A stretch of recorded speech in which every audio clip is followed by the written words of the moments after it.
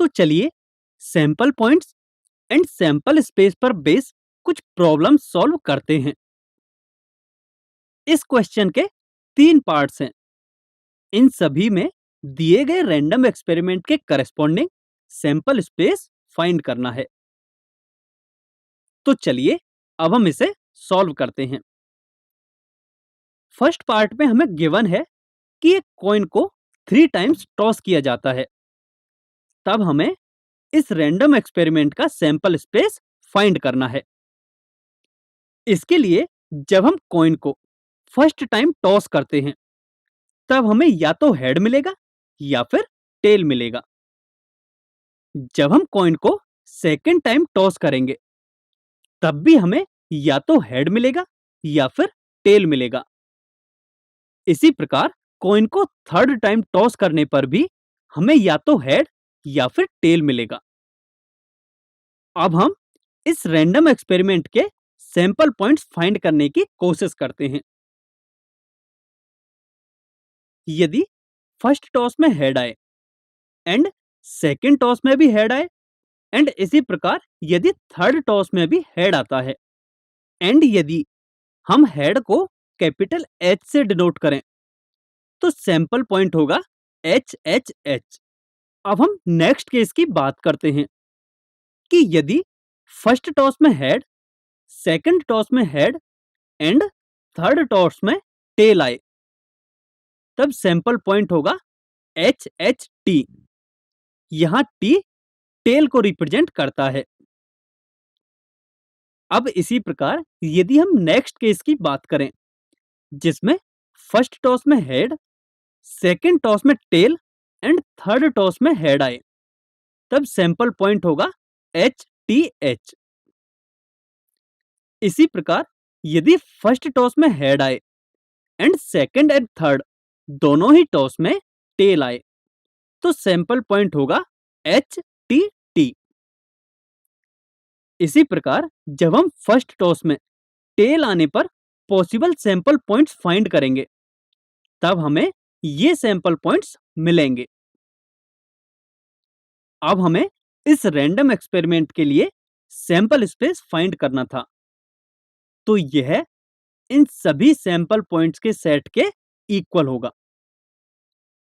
सो एक कॉइन को 3 times toss करने के रैंडम एक्सपेरिमेंट के लिए सैंपल स्पेस यह होगा। अब यदि हम इस क्वेश्चन के सेकंड पार्ट की बात करें तो सेकंड पार्ट में गिवन है कि जब हम एक डाई को 2 टाइम्स थ्रो करते हैं तो हमें इस रैंडम एक्सपेरिमेंट के सैंपल स्पेस फाइंड करना है।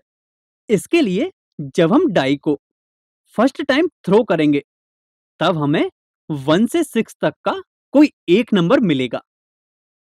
इसी प्रकार डाई को सेकेंड टाइम थ्रो करने पर भी हमें 1 से 6 तक का कोई एक नंबर मिलेगा।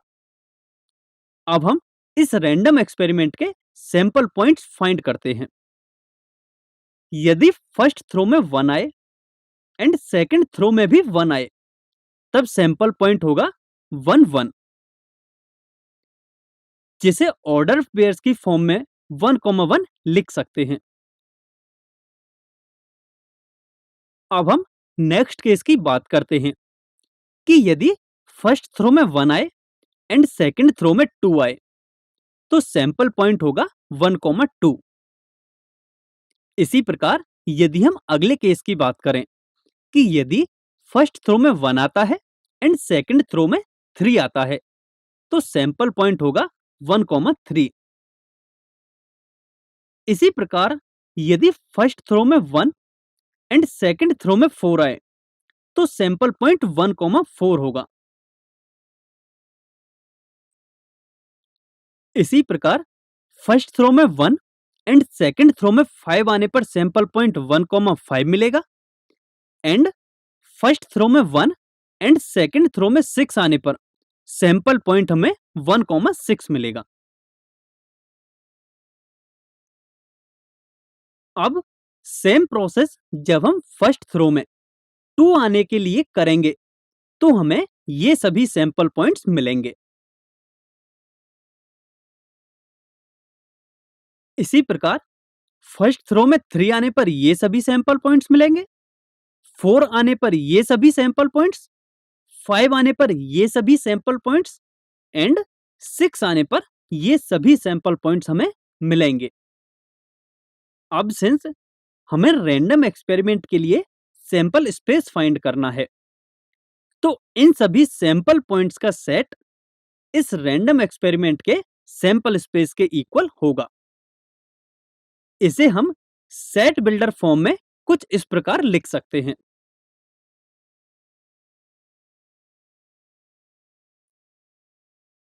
अब यदि हम इस क्वेश्चन के थर्ड पार्ट की बात करें, तो थर्ड में गिवन है कि एक कॉइन को टॉस एंड एक डाई को थ्रो किया जाता है। तब हमें इस रैंडम एक्सपेरिमेंट के लिए सैंपल स्पेस फाइंड करना है। तो मैं चाहूंगा कि आप इस वीडियो को 2 मिनट के लिए यहीं पॉज करें और इस रैंडम एक्सपेरिमेंट का सैंपल स्पेस खुद से फाइंड करने की कोशिश करें। फिर हम इसे डिस्कस करेंगे।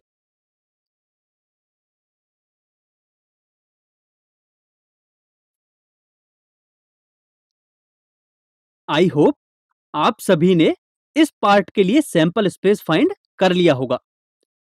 तो चलिए अब इसे डिस्कस कर लेते हैं। जब हम एक कॉइन को टॉस करेंगे, तब हमें या तो हेड मिलेगा या फिर टेल। एंड जब हम एक डाई को थ्रो करेंगे, तो हमें 1 से 6 तक का कोई एक नंबर मिलेगा। जब हम इस रैंडम एक्सपेरिमेंट के लिए सैंपल स्पेस फाइंड करेंगे, तो हमें कुछ इस प्रकार का प्राप्त होगा। अब मुझे उम्मीद है कि आपको ये समझ में आ गया होगा कि सैंपल स्पेस क्या होता है और हम उसे कैसे फाइंड करते हैं।